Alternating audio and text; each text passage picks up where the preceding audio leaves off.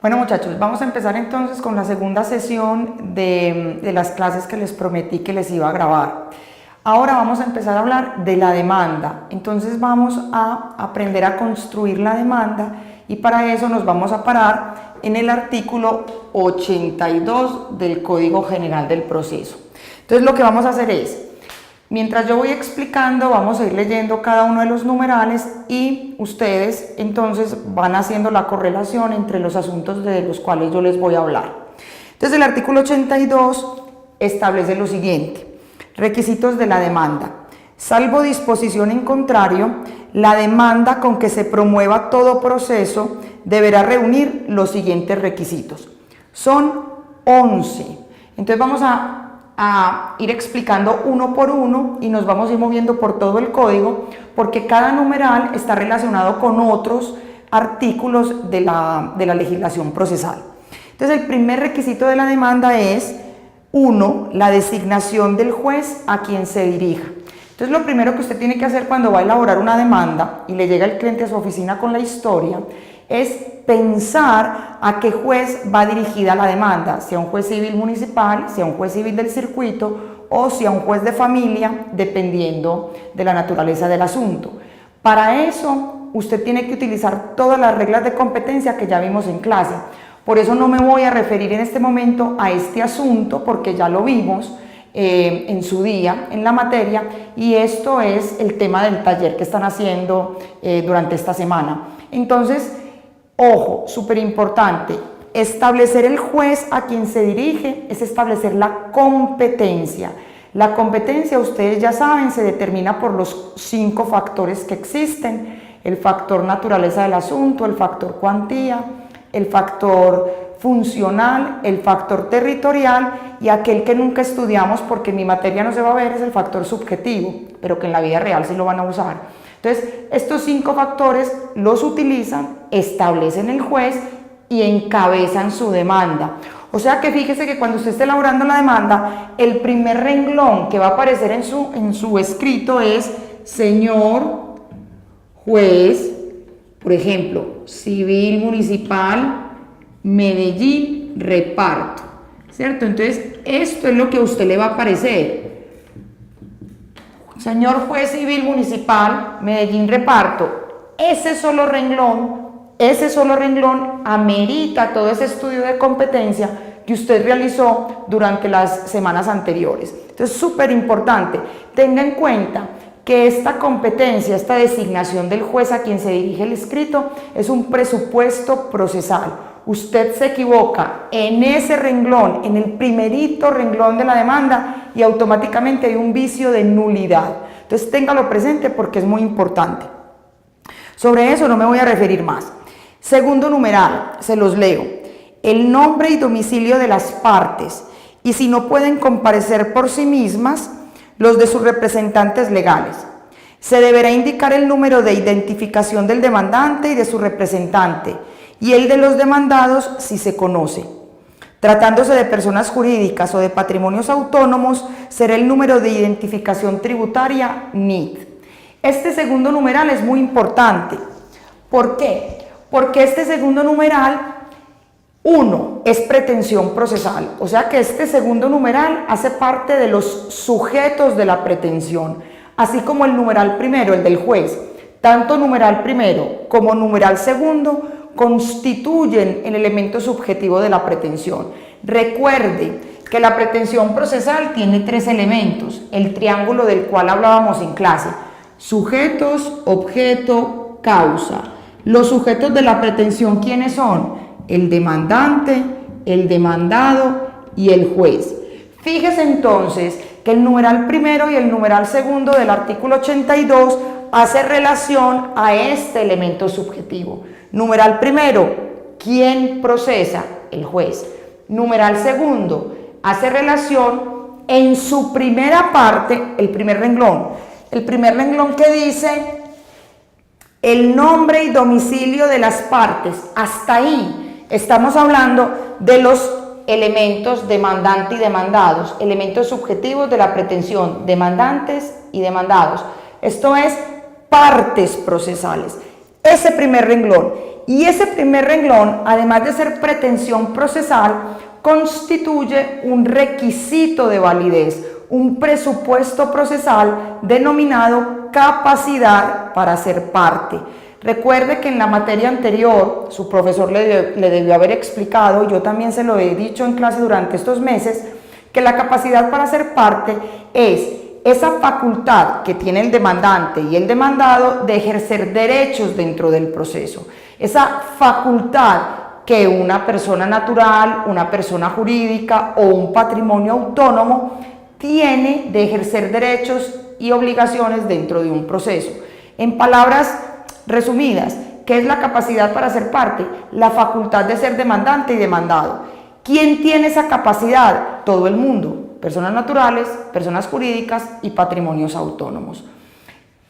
Y la segunda parte de ese numeral, cuando me dice se deberá indicar el número de identificación del demandante y del representante si la persona natural o persona jurídica no son capaces, necesitan de un representante.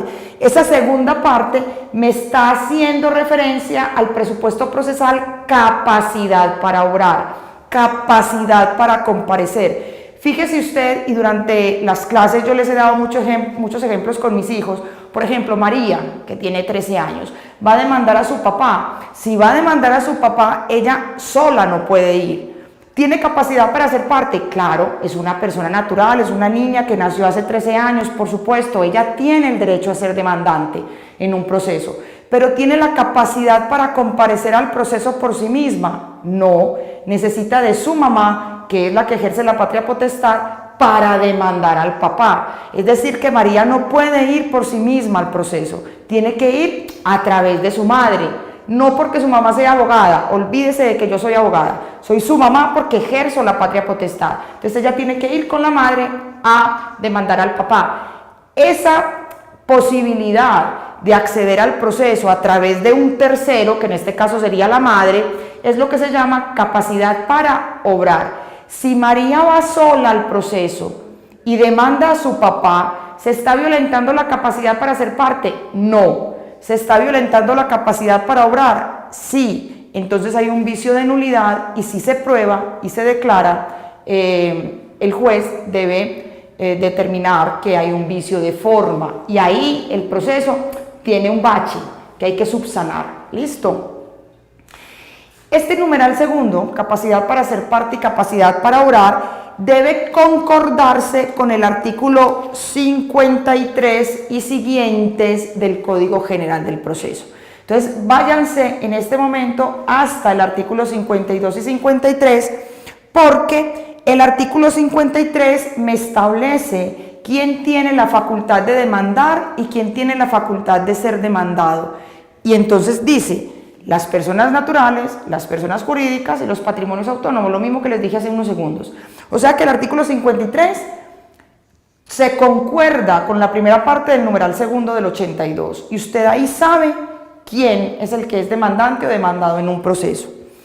Y el artículo 54 y siguientes hasta el artículo 58 me habla de la capacidad para obrar o comparecer al proceso, es decir, cuando yo necesito de un representante legal para que me asista y no permita que haya un vicio de nulidad en el proceso. De esos artículos que ustedes se los van a leer todos después de esta clase, todos, me interesa en este momento explicarles una cosa que el código denomina como agencia oficiosa. Ustedes ya debieron haber visto la agencia oficiosa sustancial en la materia de teoría del negocio jurídico o contratos, algo así. Pero en procesal también existe una figura análoga con el mismo nombre que se llama agencia oficiosa, que está en el artículo 57, si no estoy mal. ¿En qué consiste la agencia oficiosa? En primer lugar, la agencia oficiosa es una figura que materializa el presupuesto procesal capacidad para obrar. ¿En qué consiste? En que una persona que no tiene el problema, una persona ajena al conflicto, ajena a la situación conflictual que se quiere resolver en el proceso jurisdiccional, demanda en nombre de otra, en representación de otra, sin que esa otra persona lo sepa, o defiende a una persona que ha sido demandada sin que este último sepa. Es decir, por ejemplo, A se va para China, ¿cierto? Él se va para China. Resulta que A es dueño de una casa y en esa casa P está poseyendo, o sea, P se metió a esa casa desde hace 3 años y está poseyendo el inmueble y no se quiere salir. A se fue para China. Entonces su mejor amigo, que es B, decide que va a iniciar un proceso reivindicatorio en nombre de A contra P. O sea que B demanda a P. Fíjese que B no es el titular del problema. B no tiene interés en esa casa, B no es el dueño de esa casa, pero B, en nombre de otro, en nombre de A, que desconoce la existencia de la demanda, A no sabe que B va a demandar, no tiene ni idea. Entonces, B demanda a P para que la casa vuelva a A, ¿cierto? Está demandando en nombre de una persona que no sabe que va a haber la demanda. Es decir, que este es el agente oficioso, va a demandar en nombre de otro. ¿Qué es lo que la ley permite? La ley permite que eso pase, pero va a llegar un momento en que el juez le va a exigir a A que ratifique esa agencia oficiosa, que diga si está de acuerdo con que B en su nombre siga tramitando el proceso. Entonces, ¿por qué la agencia oficiosa materializa el presupuesto procesal capacidad para obrar? Porque lo que está haciendo esa figura es posibilitar que quien está ausente, es decir, aquel que tiene una inhabilidad para demandar o ser demandado, pueda, a través del agente oficioso, que en este caso es B, intervenir en el proceso y defender sus derechos. Entonces, A es el que está ausente, tiene una inhabilidad, está en China, en el ejemplo que estamos dando. Por tanto, B, que es el agente oficioso, el amigo que está con preocupación viendo que A está por perder la casa, presenta la demanda sin que A sepa, para suplir esa inhabilidad. Y lo que hace el legislador es, listo, yo le voy a permitir a usted, agente oficioso, demandar por otro sin que el otro sepa, pero le voy a dar la posibilidad al que está ausente, al agenciado, que ratifique esa iniciativa suya, y si él está de acuerdo, usted puede seguir con el proceso, si no, esto se acaba. Por tanto, ese artículo 57, lo estoy diciendo de memoria, usted mire si efectivamente es ese artículo, pero está por esos lados. Ese artículo 57 lo que hace es permitir la existencia de 2 agencias oficiosas, la agencia oficiosa del demandante y la agencia oficiosa del demandado. Les voy a explicar en primer lugar la del demandante. En el ejemplo que estamos mirando, B es el agente oficioso, A es el agenciado, el que está en China. Entonces, B presenta la demanda sin la autorización de A, sin la autorización del agenciado. ¿Qué es lo que sigue? El juez la admite. ¿Listo? Dicta el auto admisorio de la demanda, la admite. ¿Qué sigue? Pues que ese auto admisorio se le tiene que notificar a quien presentó la demanda, en este caso al demandante, que ¿quién es? El agente, esto es B. Entonces le notifican a B que ya fue admitida su demanda. A partir de ese momento, ¿qué pasa? El legislador va a buscar la ratificación del agenciado, esto es del que está en China. Entonces le da 30 días a partir de la notificación del demandante, le da 30 días al agenciado para que diga si está de acuerdo con que su amigo B continúe con la demanda. 30 días, esos 30 días son hábiles. Listo, acuérdense que los días son hábiles en derecho procesal, los meses y los años son corridos, calendario. Los 10 primeros días de esos 30, el agente, o sea B, tiene que pagar una caución. en dinero que le fijará el juez. ¿Para qué? Para garantizar que no está actuando de mala fe, que no está buscando causarle perjuicios al agenciado, esto es a A, y al demandado, que no está actuando con dolo. Entonces en esos 10 días, en este caso B, que es el demandante, la agente, tiene que pagar la caución. Y dentro de los 30 días hay que ratificar por parte del ausente esa agencia oficiosa.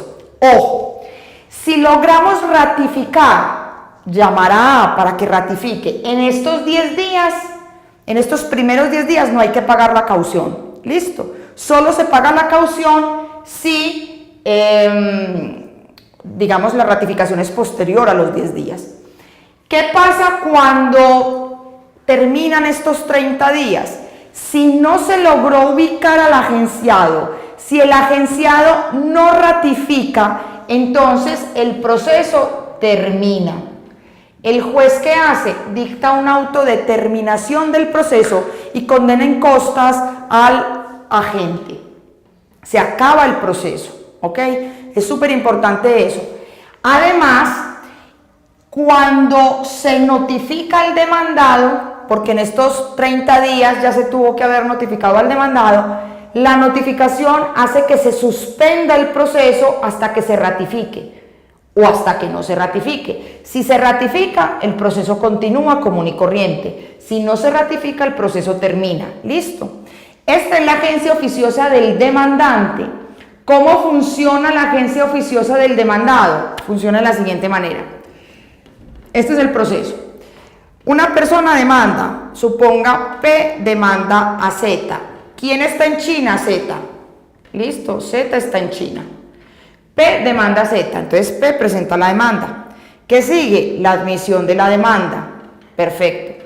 ¿Qué sigue? La notificación al demandante del auto admisorio de la demanda.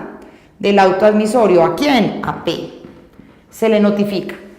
¿Qué sigue? La notificación del demandado, o sea, la notificación a Z. Pero es que resulta que Z está en China, entonces no se le puede notificar. Entonces, ¿quién se entera de que a Z lo están buscando? El mejor amigo. Suponga que el mejor amigo es X. Y X se da cuenta que Z está siendo demandado. Entonces él va y contesta la demanda. Se notifica y contesta la demanda. Entonces X es el que va a intervenir. Va a intervenir sin que Z sepa. Se notificó, fue X. Z no sabe nada. Entonces, ¿qué le dice la ley? La ley dice, vea, después de la notificación de X, el agente, le vamos a dar esos 30 días después de la notificación para que busque al agenciado y le comunique a ver si quiere ratificar. Igualmente, los 10 primeros días es para que el agente pague la caución X. ¿Listo? Si logramos comunicarnos con el agenciado, esto es con Z, en estos 10 días no hay que pagar. Si se logra ubicarlo después, sí hay que pagar. Y una vez vencidos los 30 días, y he aquí la diferencia con la agencia oficiosa del demandante, una vez vencidos los 30 días, si no se logra la ratificación o simplemente el agenciado no quiso ratificar, el proceso no acaba. No acaba, sino que se entiende que el demandado no contestó la demanda, aunque la haya contestado.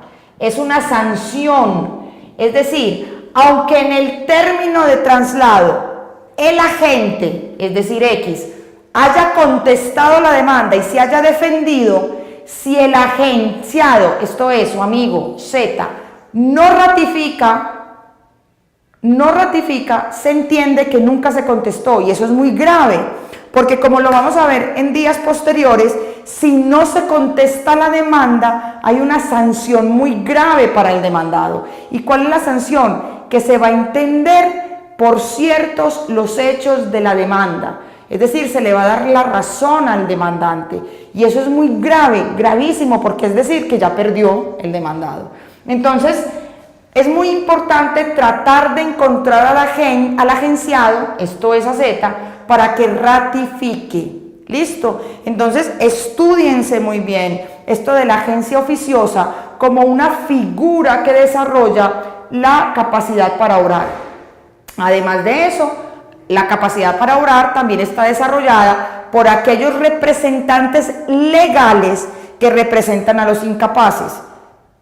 Personas menores de edad, niños, niñas o adolescentes, personas jurídicas no son incapaces, pero pues obviamente necesitan de un representante legal. Personas que tienen alguna incapacidad mental, absoluta o relativa, todos esos necesitan representante legal, capacidad para orar. Y cuando estamos en agencia oficiosa, pues también. Entonces, eso hay que tenerlo presente. También hay que distinguir entre la representación legal y la representación judicial, porque son cosas distintas. Y entonces ahí nos tenemos que ubicar en el numeral tercero de ese artículo 82, esto es el tercer requisito de la demanda, que dice el nombre del apoderado judicial del demandante si fuera el caso.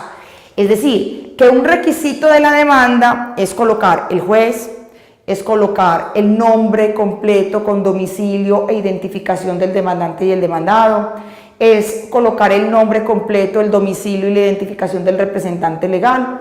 Cuarto, es absolutamente indispensable colocar el nombre completo, domicilio e identificación del apoderado judicial, y esto es el abogado. El abogado no es pretensión procesal. El abogado es un presupuesto procesal que se llama derecho de postulación. Para eso, usted tiene que concordar este numeral tercero con los artículos 73 a 77. Entonces, en este momento se va a ir para el código en esos artículos. Coloque aquí al ladito del numeral 73 a 77, haga la trampa, ¿cierto? Concuerde ese código. Y en este momento váyase hasta el 73. Porque a partir del 73 hasta el 77 se le habla de cómo se debe otorgar el poder. ¿Qué es un poder? ¿Qué facultades tiene el abogado? Y eso es muy importante. Es absolutamente vital saber, uno, a qué abogado se contrata y cómo se contrata y qué debe o no debe hacer el abogado en el proceso. Entonces empecemos. Uno, ubicar al abogado, ya les dije, derecho de postulación. Dos, en civil, la regla general es que usted necesita de abogado, en civil, comercial, agrario, familia. Usted necesita de abogado. ¿Cuándo no necesita de abogado? Cuando su proceso es de mínima cuantía, no cuando es de única instancia, sino cuando es de mínima cuantía. Es decir, que usted puede litigar en causa propia sin abogado hasta 31 millones y algo más o menos. De ahí para arriba necesitas abogado, necesariamente. 3. Para poder ejercer, para poder velar por el respeto al derecho de postulación, necesitas otorgarle al abogado poder. Y entonces, del artículo 73 y siguientes, me dicen cómo se hace. Hay dos formas de otorgar poder: poder especial y poder general. El poder general se otorga por escritura pública. No es lo común, no es lo usual, a menos que usted se vaya para el extranjero y deje un poder general a un abogado por escritura pública para que le tramite todos aquellos procesos que eventualmente puedan encontrarse en su contra o que usted vaya a instaurar contra alguien. Pero lo normal es que uno otorgue poder especial. El poder especial se hace a través de memorial, documento privado. Y ese poder debe ser para que se le tramite un proceso específico, uno solo. Entonces yo le doy poder, por ejemplo, Pedro Pérez le otorga poder amplio y suficiente a la abogada Catalina Merino con identificación tal, con domicilio en tal parte, con tarjeta profesional tal, para que inicie y lleve hasta su finalización proceso de divorcio en contra de María Pérez, mayor de edad, domiciliada en tal, ¿cierto? Entonces, ese es el poder especial. Usted le tiene que decir al abogado en ese memorial exactamente para qué lo requiere. Ese abogado tiene que ser un abogado titulado y además inscrito. Es decir, titulado no solamente, no le sirve. Por eso en el examen pasado creo que fue que yo les puse la cascarita, en donde les ponía que usted contrataba a un abogado que se acababa de graduar hace 2 días en la CUA. ¿Él es abogado? Pues sí, claro, ya tiene un título. ¿Pero está inscrito? No, porque no tiene tarjeta profesional. Entonces, para darle poder a un abogado, usted tiene que cerciorarse de que no está inhabilitado, no está suspendido y que obviamente su tarjeta profesional está vigente. Usted le puede dar poder a varios abogados, pero solo uno será el abogado principal. Los demás serán abogados sustitutos. Y en el proceso solo puede participar el principal. Si el principal no puede asistir, no puede ir a la audiencia o definitivamente ya no quiere continuar con el caso, el abogado sustituto será el que retomará. Pero no es que como en las películas gringas que habla un día uno y otro día habla otro, o en la audiencia hablan los dos. No, aquí en Colombia solo uno, que es el principal, es el que actúa, y los sustitutos actuarán ante la ausencia temporal o definitiva del principal. ¿Cómo se otorga el poder? El poder lo otorga el poderdante, es decir, que el poder, que es un contrato de mandato, de representación, tiene 2 partes. Una parte que se llama poderdante, que es el cliente, y otra parte que se llama apoderado, que es el abogado. El cliente es el que otorga el mandato, el que le da poder al abogado, y lo tiene que hacer a través de presentación personal, ir a una notaría o ir a la oficina de apoyo judicial para estampar su firma en el escrito, y con esa firma ya le está dando autorización al abogado para actuar. El abogado no tiene que firmar el poder, es falso que tenga que firmar el poder. Digamos que hay una costumbre malentendida entre el gremio, y es que al final del poder colocan las palabras acepto, Catalina Merino Martínez, y Catalina firma. Y eso no es verdad. Yo no tengo que firmar el poder, porque el poder es un mandato. ¿Y quién le da el mandato a uno? El cliente. Entonces el Código General del Proceso, ¿qué dice? Que usted como abogado acepta el mandato con el simple ejercicio. Entonces el cliente te da el poder, firma el cliente y ya. Tu firma no tiene que aparecer por ninguna parte, en ninguna parte tiene que decir acepto. En el momento en que yo presento la demanda, es porque estoy aceptando. Implícitamente, tácitamente le estoy diciendo al juez que con el gesto de presentar la demanda, es decir, de actuar, ya estoy aceptando. Ningún abogado que no quiera ser abogado de ese cliente va a presentar la demanda, ¿cierto? Entonces, con la aceptación es tácita. Obviamente, las minutas y muchos abogados siguen poniendo acepto. Yo digo que ¿para qué? Eso es gastar tinta y hojas, ¿cierto? Entonces no tiene sentido. Una cosa importante, el Código General del Proceso trae una figura interesante que antes no existía, y es que usted le puede dar poder a una oficina de abogados. Entonces, obviamente una oficina inscrita en Cámara de Comercio, una sociedad que esté con el objeto social de prestar servicios jurídicos. Entonces yo tengo la oficina Merino y Mesa Abogados Limitada, qué sé yo, y usted llega con su asunto. ¿Usted a quién le da poder? A la oficina, a la sociedad, y ya la sociedad internamente, dependiendo del asunto que sea, se lo entrega a sus abogados trabajadores. Usted como cliente no tiene injerencia en determinar cuáles de los abogados es el que le va a llevar el caso, porque usted le dio el poder a la oficina. Entonces eso es importante, es una figura que no existía hasta el momento y que ya está. Hay 3 figuras, voy a soltar el código para poder escribir. Hay 3 figuras importantes en materia de poder, que son la sustitución de poder, la renuncia de poder y la revocatoria de poder. Entonces el mandato, la representación judicial, tiene estas 3 formas de terminación: terminación temporal o terminación definitiva del mandato. Como les decía, la sustitución es una forma de terminar temporal o definitivamente el mandato. Ejemplo, Pedro Pérez me dio poder para que le lleve el divorcio. Yo soy la abogada principal y resulta que me dio un infarto y no puedo ir a la audiencia inicial. Entonces, ¿yo qué hago?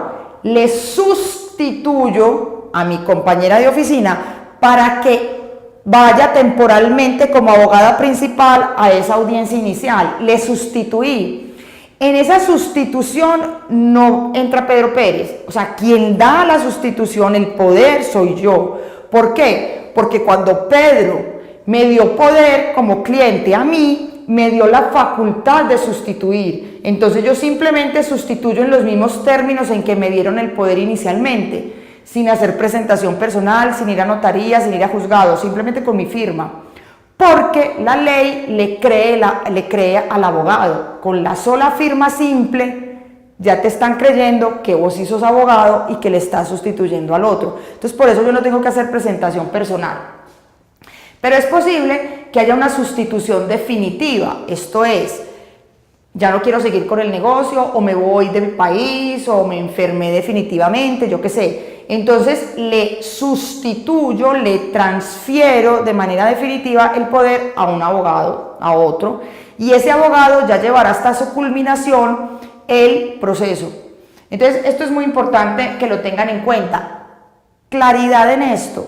Para que el abogado pueda sustituir, el cliente le tiene que dar expresamente esa facultad.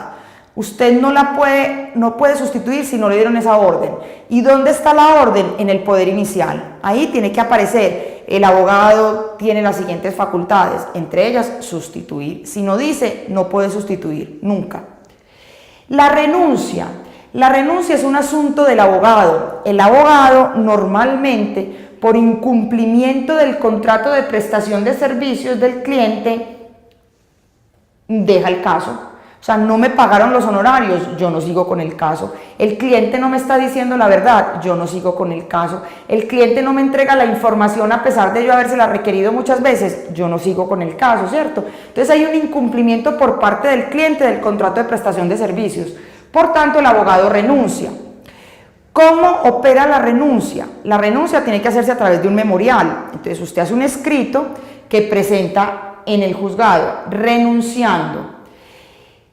A esa renuncia, esto es, a ese memorial, usted le tiene que anexar una prueba de que le avisó al cliente que va a renunciar. Esto es un correo certificado avisándole al cliente que va a renunciar. Esa prueba se la anexa al memorial y el memorial lo lleva al juzgado.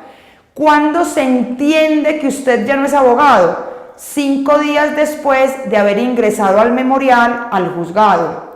Entonces, hoy llevo el memorial con el correo certificado, lo llevé a apoyo judicial en Medellín y lo radiqué. ¿Cuándo dejo de ser abogada? 5 días después, contados desde mañana. Recuerde que todos los términos empiezan a correr al día siguiente. Entonces, hoy meto el memorial, hoy es jueves.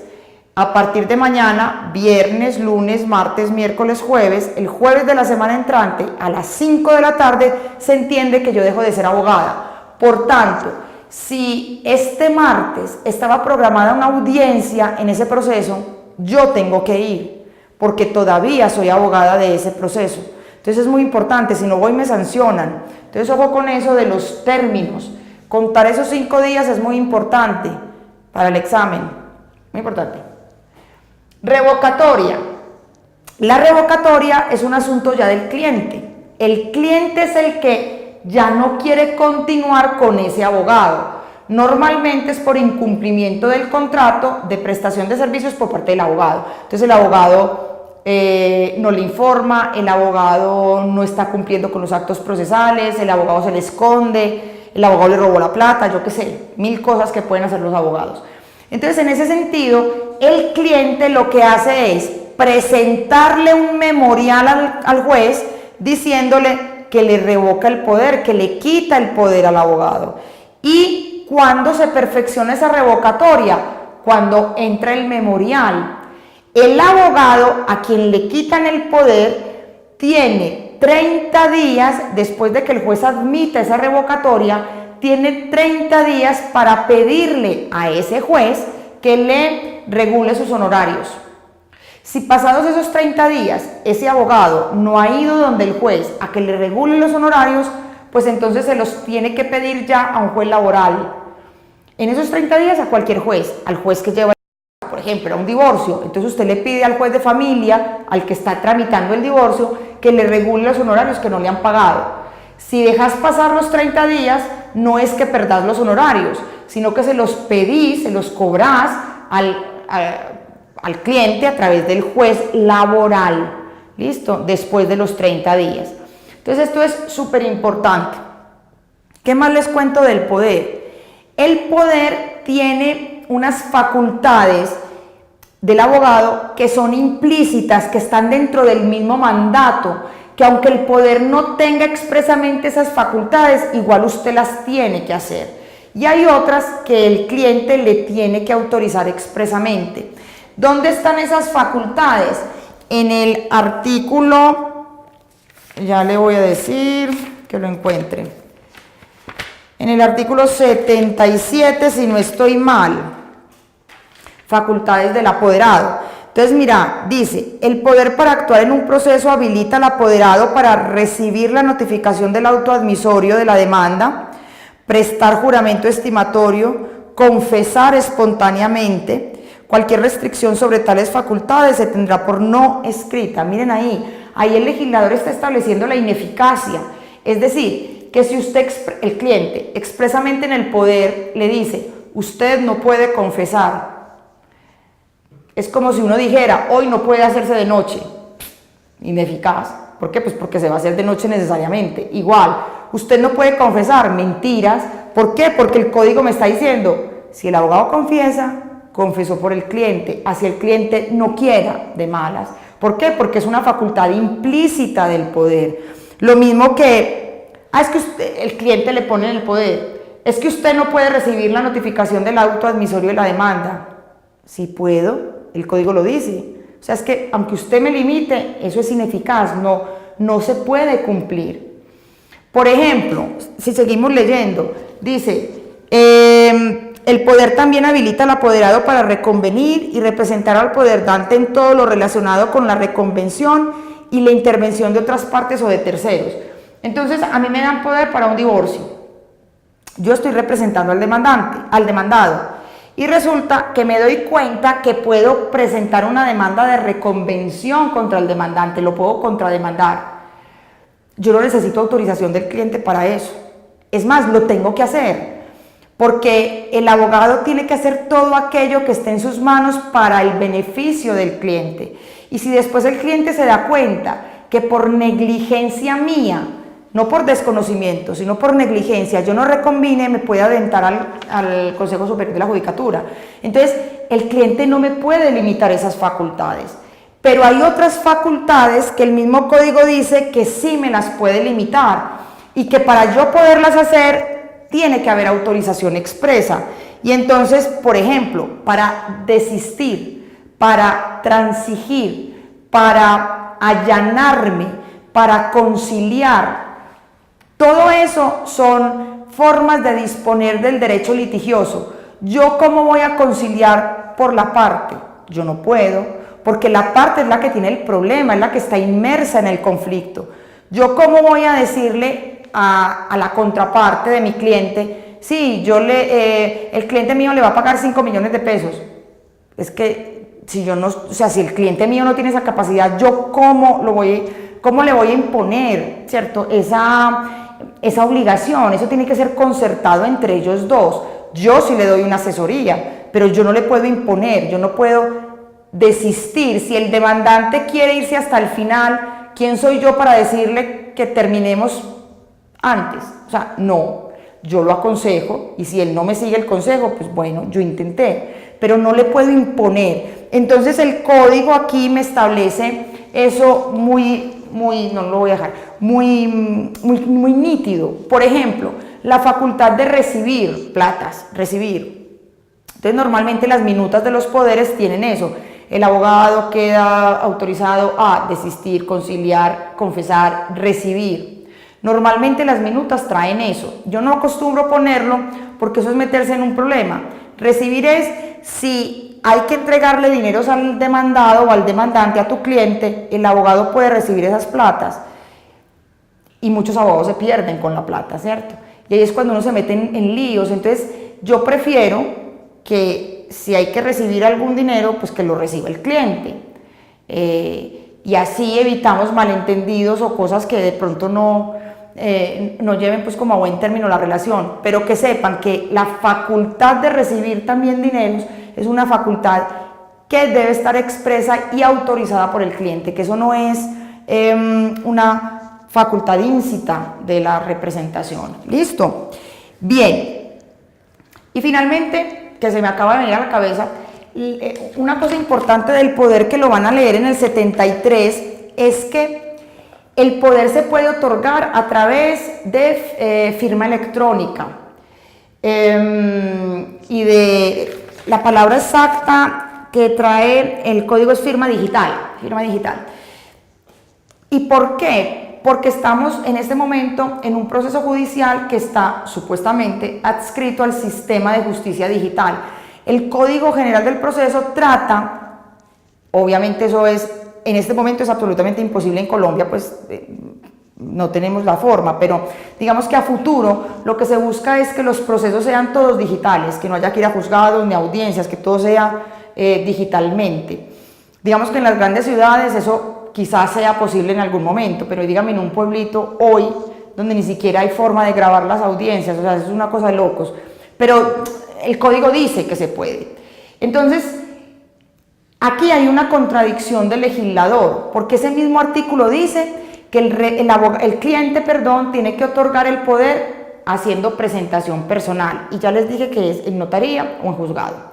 Pero al final del artículo me dice que el poder se puede otorgar por firma digital. Entonces, ¿qué pasa? Que aquí para gustos los colores, y hay 1000 jueces y 1000 interpretaciones del asunto.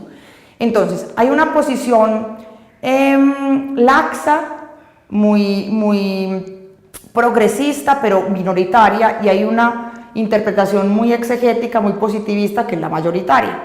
Entonces, los jueces mayoritariamente dicen que usted, si tiene firma digital, la firma digital es que uno tiene un token que le da certicámaras, usted tiene ahí la firma digital, y entonces usted tiene el token, usted firma y lo manda por correo electrónico el poder, y se lo manda al juez o se lo manda al abogado. Los de la visión positivista mayoritaria dicen, no, es que el que tiene que tener la firma digital es el notario o el funcionario judicial, y usted debe acercarse a la notaría, por ejemplo, usted está en China, y le va a mandar el poder, va a mandar esa ratificación de la agencia oficiosa que dijimos la otra vez, hace ratico. Usted se va para el consulado colombiano, el cónsul es el que tiene el token, la firma digital, usted le dice que va a hacer un poder, él pasa eso por la firma digital y lo manda a Colombia. Lo cual es lo mismo, tengo que ir a notaría o a consulado, ¿cierto? O sea, tengo que hacer la misma vuelta.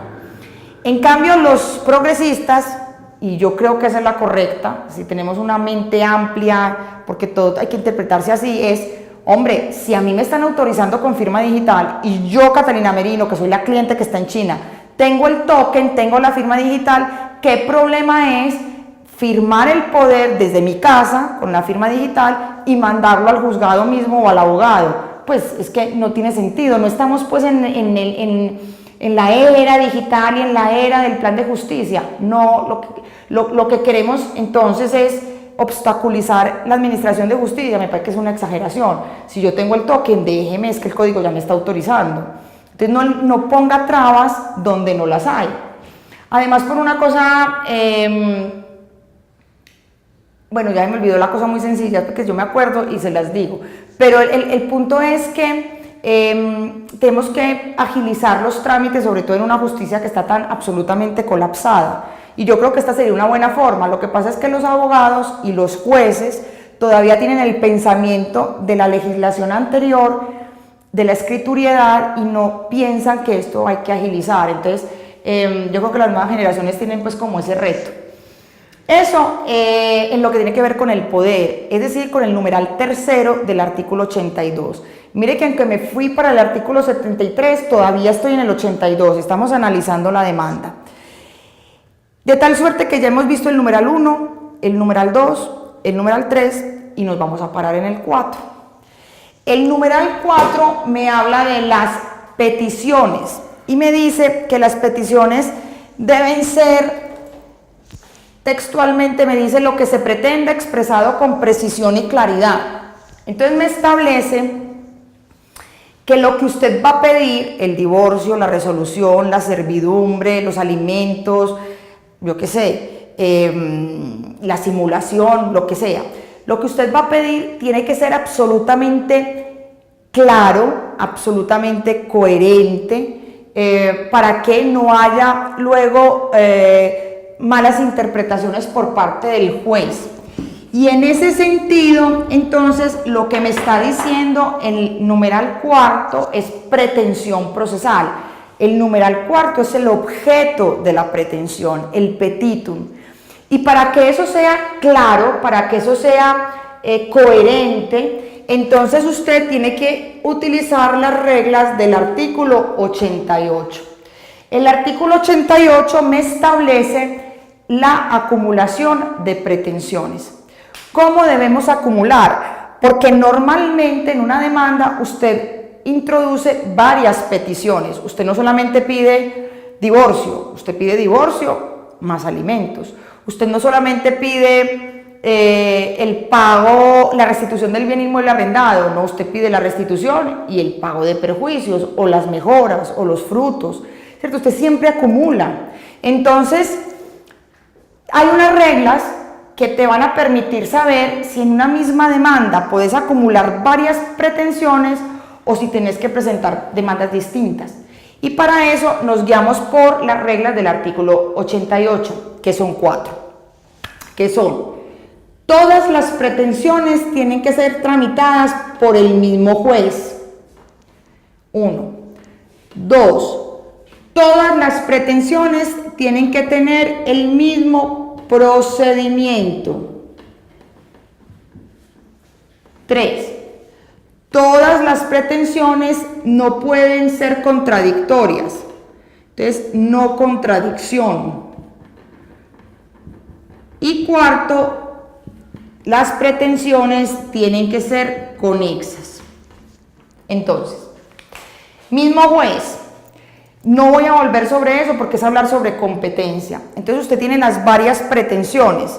Por ejemplo, A demanda a B, pues quiere demandar a B y a C para que éste le pague una letra de 10 millones y una letra de 50. Entonces usted tiene dos pretensiones. Y usted dice, ¿será que presento dos procesos distintos o por economía procesal meto eso en una misma demanda? Entonces usted tiene que hacer el análisis primero. ¿Es el mismo juez? Entonces haces el análisis de la competencia, factor objetivo, factor cuantía, factor funcional y factor territorial, y te tiene que dar exactamente el mismo juez. Sin embargo, el artículo 88 te dice que cuando es por cuantía, no importa que la cuantía sea distinta. Por ejemplo, esta de 10 millones te va a dar juez municipal de única instancia, porque es mínima. Y esta de 50 te va a dar juez civil municipal primera porque es menor cuantía, ahí el juez es distinto. Pero el artículo 88 me dice que como estamos hablando de factor cuantía, y recuerde que el artículo 26 me habla de que la regla general de la cuantía es la suma de todas las pretensiones, no voy a tener en cuenta la regla cuando la diferencia es por un monto, por el quantum. Porque acuérdese que sumamos, entonces aquí sí es el mismo juez civil municipal, sumamos, esto da 60, por tanto es menor cuantía, ¿listo? Entonces tengan en cuenta ese asunto, lo dice el artículo 88, concuérdelo con el 26. Mismo procedimiento, para saber si las pretensiones tienen el mismo procedimiento, usted ya superó esta, ya determinó que es el mismo juez. Si le da juez distinto, no siga analizando porque es bobada. Pero si le da el mismo juez, usted sigue analizando y se va para el segundo, mismo procedimiento. Para saber si es el mismo procedimiento, tenés que tener muy claro las clases de pretensiones. Muchachos, ahí tienen que repasar lo que ya hemos visto en clase. Entonces, acuérdese, clases de pretensiones, si son declarativas, ¿cierto? Si son declarativas, si son ejecutivas, si son liquidatorias o si son de jurisdicción voluntaria. Recuerde que dependiendo del tipo de pretensión es el tipo de proceso. Entonces, si son pretensiones declarativas, el proceso es declarativo. Si la pretensión es ejecutiva, el proceso es ejecutivo. Si es liquidatoria, el proceso será liquidatorio. Y si el proceso es de jurisdicción voluntaria, el procedimiento es de jurisdicción voluntaria. Entonces, vos mirás en el ejemplo de las dos letras. Vos decís, ¿es el mismo juez? Sí. ¿Es el mismo procedimiento? Entonces usted dice, ah, aquí hay un título valor, entonces son títulos ejecutivos. Entonces, el procedimiento serán ejecutivos en ambos, mismo procedimiento, listo. Pero si vos tenés A, se quiere divorciar de B, ¿cierto? Se quiere divorciar, pero le quiere cobrar alimentos a C. Entonces usted dice, ¿será que esto lo puedo meter en un mismo proceso? Entonces, vas y mirás, mismo juez, sí, familia. Mismo procedimiento, vos decís no, porque el divorcio es un verbal y en cambio alimentos es un verbal sumario. Las dos son declarativas, sí, las dos son declarativas, pero esta es verbal y esta es verbal sumaria. Recuerde que hay dos trámites declarativos, los verbales y los verbales sumarios, y usted no puede juntar verbales y verbales sumarios. Entonces, esto tiene que ir en distinto procedimiento, por tanto, hasta ahí llegó la acumulación. ¿Cómo sabemos eso? Uno, sabiendo derecho sustancial y dos, sabiendo derecho procesal. Esto es competencia y ya habíamos mirado cómo buscamos la naturaleza del asunto y cómo buscamos el juez. Entonces, repasen eso, porque aquí no nos podemos quedar en ese asunto. ¿Listo? Entonces, ya. No puedes juntar esto, no puedes juntar declarativas con ejecutivas o ejecutivas con liquidatorias, usted no puede juntar eso. Y no puede juntar verbales con verbales sumarias. Aunque sean declarativas, no las puede juntar. Lo que sí, recuerden, es que las pretensiones cautelares, las medidas cautelares que son pretensiones, estas sí se pueden mezclar con cualquiera de las declarativas, ejecutivas, liquidatorias o jurisdicciones voluntarias, porque usted siempre pide medidas cautelares, usted siempre pide embargos o secuestros o residencias separadas o alimentos provisionales, siempre. Entonces las cautelares no cumplen esta regla, pero estas otras sí. Que no se contradigan entre sí.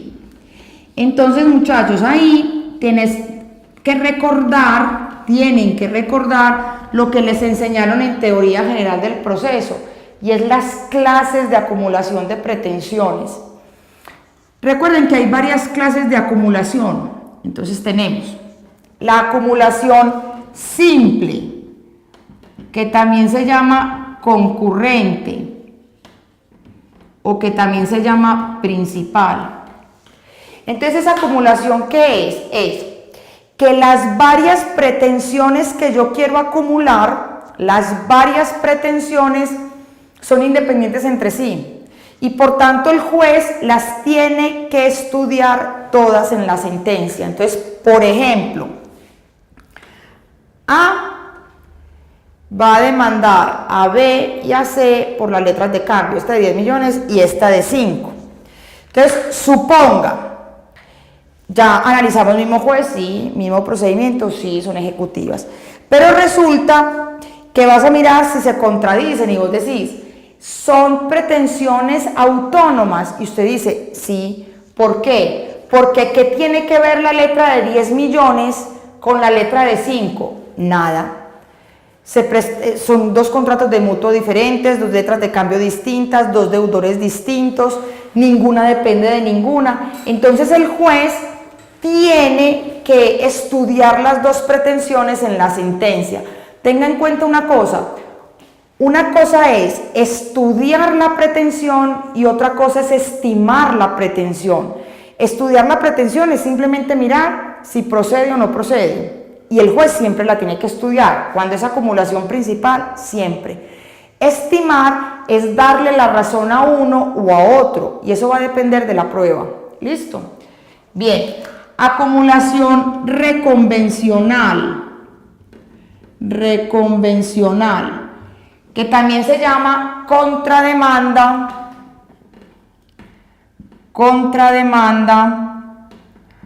o demanda de mutua petición.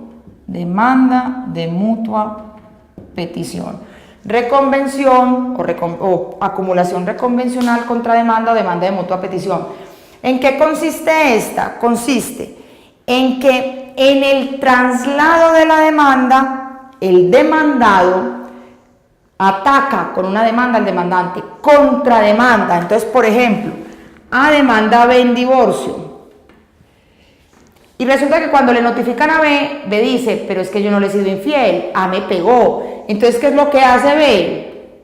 Contrademandar. Le devuelve la pelota a A, interpone una demanda ante el mismo juez y en el mismo proceso contra A. ¿De qué? De divorcio también.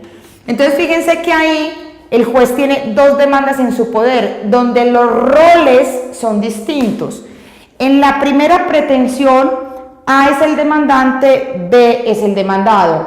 En la segunda pretensión, B es el demandante, A es el demandado. Entonces ahí las dos pretensiones, digamos, pueden meterse en una misma demanda porque están en vías contrarias. Entonces el juez permite que eso pase. Tercera, consecuencial, sucesiva, también se llama, escalonada. Consecuencial, sucesiva o escalonada. Entonces este tipo de acumulación es cuando la segunda pretensión depende de que se estime la primera. La segunda, el estudio de la segunda pretensión, el estudio, no la estimación, el estudio. El estudio de la segunda pretensión depende de la estimación de la primera. Entonces, por ejemplo, señor juez, con base en los anteriores hechos le solicito, primero, decrete el divorcio entre A y B.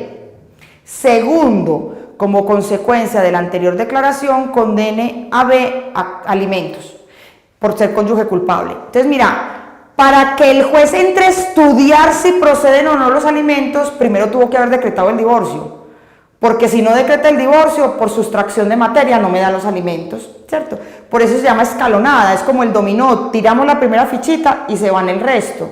Entonces, primero me da el divorcio y después entra el juez a estudiar si hay prueba suficiente para los alimentos. Cuarta, subordinada. Subordinada también se llama subsidiaria o también se llama eventual.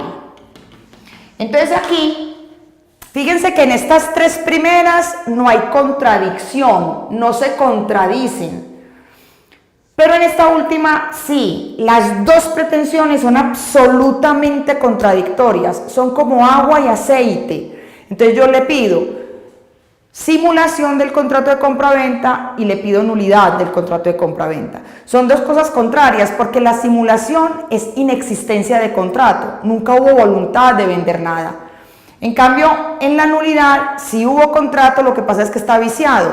Por ejemplo, lo contrató un muchachito de 14 años. ¿Hubo contrato? Sí. ¿Los dos tenían voluntad de comprar y vender? Sí. Pero hay una incapacidad de uno de los dos que genera un vicio. Entonces usted no puede pedir eso de manera principal. Usted no puede decir, señor, con base en los anteriores hechos le solicito primero la simulación, segundo la nulidad, porque el juez va a decir, ¿y yo cómo hago aquí? Si esto es contradictorio. Entonces usted tiene que presentar eso de la siguiente manera. Para que el juez entre a estudiar la segunda, primero tuvo que haber negado la primera. Entonces usted le dice, señor juez, con base en los anteriores hechos le solicito, primero, declare la simulación. Segundo, en caso de que no proceda la simulación, deme la nulidad. Fíjese que el conector, la forma de redactar las dos pretensiones, es lo que permite que el juez establezca si es simple, si es reconvencional, si es concurrente o si es subordinada. Si usted no sabe escribir, olvídese que no va a ser una demanda. Entonces es la forma en que redacte, la utilización de los conectores, la sintaxis, ¿cierto? La forma de redactar, de poner la oración ahí, eso es vital. Y la última, y con esto terminamos por hoy, sería la acumulación alternativa. En este tipo de acumulación estamos hablando también de una contradicción. Las 2 o las 5 o las 10 o las 500 pretensiones que usted va a acumular son absolutamente contradictorias. Simulación nulidad, totalmente. Lo que pasa es que en este caso, para salvar esa contradicción, para evitarla, usted le va a dar al juez la potestad de elegir. Entonces ya no es como en la subordinada donde vos primero elegís y le decís, juez, primero la simulación, y si no me la da, estudie la nulidad, ¿cierto? Entonces usted es el que está escogiendo, el que le está marcando la hoja de ruta al juez. Primero simulación, no me la das, entre a estudiar nulidad. Aquí no, en la alternativa usted le da la opción al juez, entonces usted le dice, con base en los anteriores hechos, señor juez, le pido, primero, la simulación del contrato. Segundo, o, si usted quiere, la nulidad. Entonces mira que con esa partícula o, usted le está diciendo al juez, escoja. Y una vez el juez escoge y la estudia y me la niega, ya no puede escoger la otra. Es decir, él dice, bueno, usted me está dando la opción, listo, entonces voy a estudiar simulación. Y estudia simulación. Y se da cuenta que la prueba no le alcanza para probar simulación. ¿Qué tiene que hacer el juez? Absolver. No puede decir, como la prueba no alcanzó, voy a ver si alcanza para la nulidad. No, porque ya escogió. Es como si yo le dijera a usted, ¿qué querés? ¿Hamburguesa o pizza? Y vos me decís, hamburguesa. Y cuando ya la coges, decís, uy, no me gustó, no, te la pizza, no, ya acabó la pizza, pues que ya, ¿cierto? No tenés la opción de escoger. Igual el juez ya escogió, ya, ¿cierto? Asuma las consecuencias de su elección. Y el último que me queda es la conexidad, que esa es larga, entonces no la voy a dar en este instante, sino que en la próxima damos conexidad y terminamos la demanda, o sea que quedamos en el numeral cuarto de la 82 y quedamos en el numeral tercero del 88. Acuérdense que están conectados, que eso es una misma norma. No lo pierdan de vista para cuando la próxima vez nos veamos, yo ya termine con conexidad y acabe con los demás numerales de la demanda. ¿Listo? Acuérdense que esta clase es para el examen final, que no entra en el examen del 21 próximo y ya nos quedamos pendientes para la próxima. Que estén muy bien. Gracias.